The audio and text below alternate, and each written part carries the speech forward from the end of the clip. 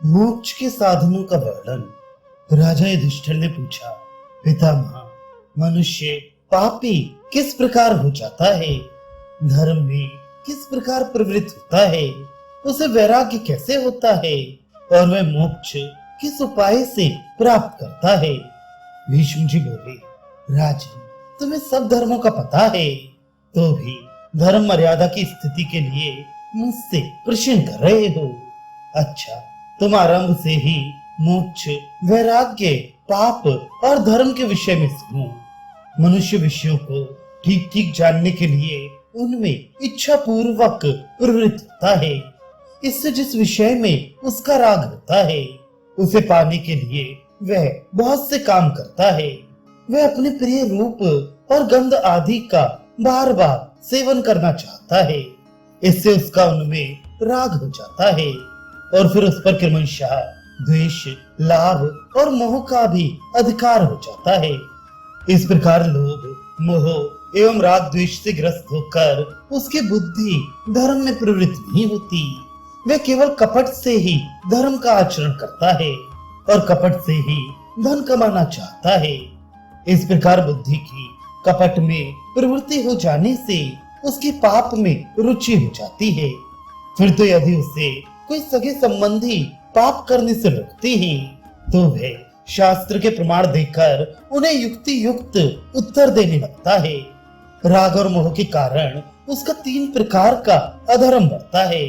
वह पाप का चिंतन करता है, पाप ही बोलता है और पाप ही करता है। साधु जनों को तो उसके दोष दिखाई देते हैं, परंतु जो वैसे ही आचरण वाले होते हैं, वे उसके मित्र बन जाते हैं। उसे तो इस लोक में सुख ही नहीं मिलता, परलोक की तो बात ही क्या है। इस प्रकार तो पुरुष पापी बनता है। अब धर्मात्मा की बात सुनो। धर्मात्मा पुरुष सर्वदा कल्याणकारी धर्मों का आचरण करता है, इसलिए उसका कल्याण ही होता है। वह कल्याणप्रद धर्म के द्वारा उत्तम गति प्राप्त करता है। जो पुरुष सुख दुख की पहचान में कुशल है, अपनी बुद्धि से पहले ही इन राग द्वेष आदि दोषों को देख लेता है तथा सत्पुरुषों की सेवा करता है, उसकी बुद्धि का साधुओं की सेवा और सत्कर्मों के अभ्यास से विकास होता है तथा उसे धर्म में ही आनंद आता है और धर्म ही उसके जीवन का आधार बन जाता है। उसका मन केवल धर्म से प्राप्त हुए धन में ही जाता है। वह जहाँ गुण देखता है, उसी के मूल को सींचता है।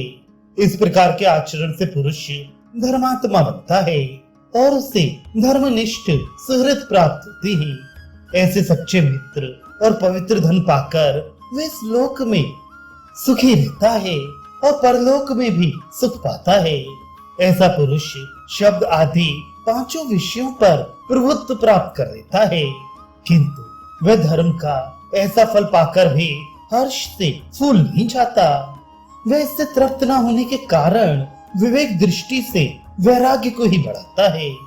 ज्ञान नेत्र खुल जाने के कारण जब उसे काम, रस और गंध में सुख नहीं जान पड़ता तथा उसका मन शब्द, स्पर्श और रूप में भी नहीं फंसता, तो वह सब कामनाओं से मुक्त हो जाता है और धर्म को नहीं छोड़ता। संपूर्ण लोगों को नाशवान समझकर वह धर्म के फलभूत स्वर्ग आदि की इच्छा को भी त्याग देने का प्रयत्न करता है। तदनंतर उपाय पूर्वक मोक्ष के लिए यत्नशील हो जाता है। इस प्रकार धीरे धीरे मनुष्य में वैराग्य की प्रवृत्ति होती है। इससे वह पाप करना छोड़कर धर्मात्मा बन जाता है और फिर मोक्ष भी प्राप्त कर लेता है। भरत श्रेष्ठ, तुमने मुझसे पाप, धर्म, वैराग्य और मोक्ष के विषय में प्रश्न किया था, सो मैंने तुम्हें उनका स्वरूप समझा दिया। अतः तुम सब प्रकार की परिस्थितियों में धर्म का ही आचरण करना, क्योंकि जो लोग धर्म में डटे रहते हैं, उन्हें सदा रहने वाली परम सिद्धि प्राप्त होती है। राजा युधिष्ठिर ने पूछा, पितामह, आपने उपाय से मोक्ष की प्राप्ति बताई, बिना उपाय के नहीं।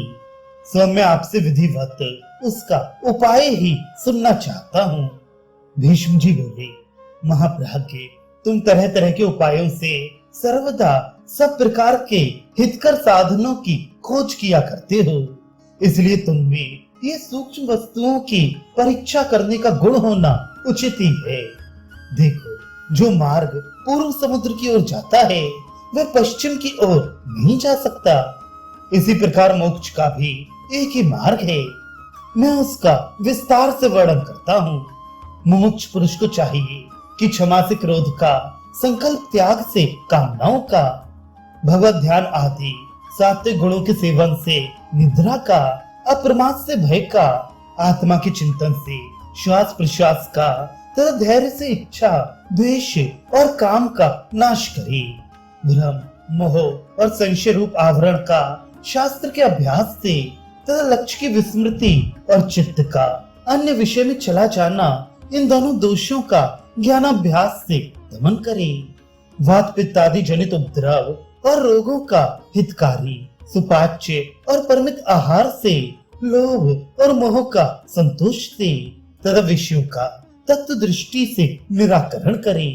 अधर्म को दया से, धर्म को पालन करके, आशा को भविष्य चिंतन का त्याग करके और अर्थ को आसक्ति के त्याग से जीते। वस्तुओं की अनित्यता का चिंतन करके स्नेह का, योगाभ्यास के द्वारा क्षुधा का, करुणा के द्वारा अभिमान का और संतोष से तृष्णा का त्याग करे। तंद्रा को खड़ा होकर तर्क वितर्क को निश्चय द्वारा, बहुभाषण को मौन द्वारा और भय को शूरवीरता के द्वारा काबू में करे। वाणी आदि बाह्य इंद्रियों का मन में, मन का बुद्धि में, बुद्धि का आत्मा में, उसका शुद्ध चेतन परमात्मा में निरोध करे।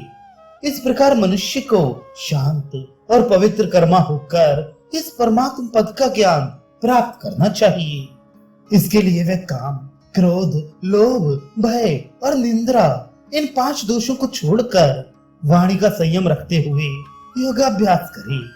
ध्यान, अध्ययन, दान, सत्य, लज्जा, नम्रता, क्षमा, शौच, आहार शुद्धि और इंद्रिय संयम, इन सबके द्वारा मनुष्य का तेज बढ़ता है और उसका पाप नष्ट हो जाता है।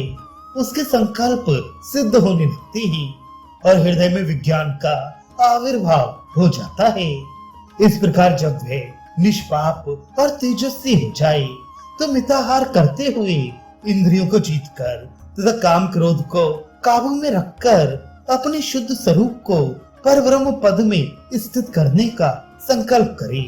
अमूर्ता, अनासक्ति, काम क्रोध को त्यागना, दीनता, गर्व और उद्वेग से दूर रहना तथा निष्काम भाव से मन, वाणी और शरीर का संयम करना, यही मोक्ष का शुद्ध और निर्मल मार्ग है।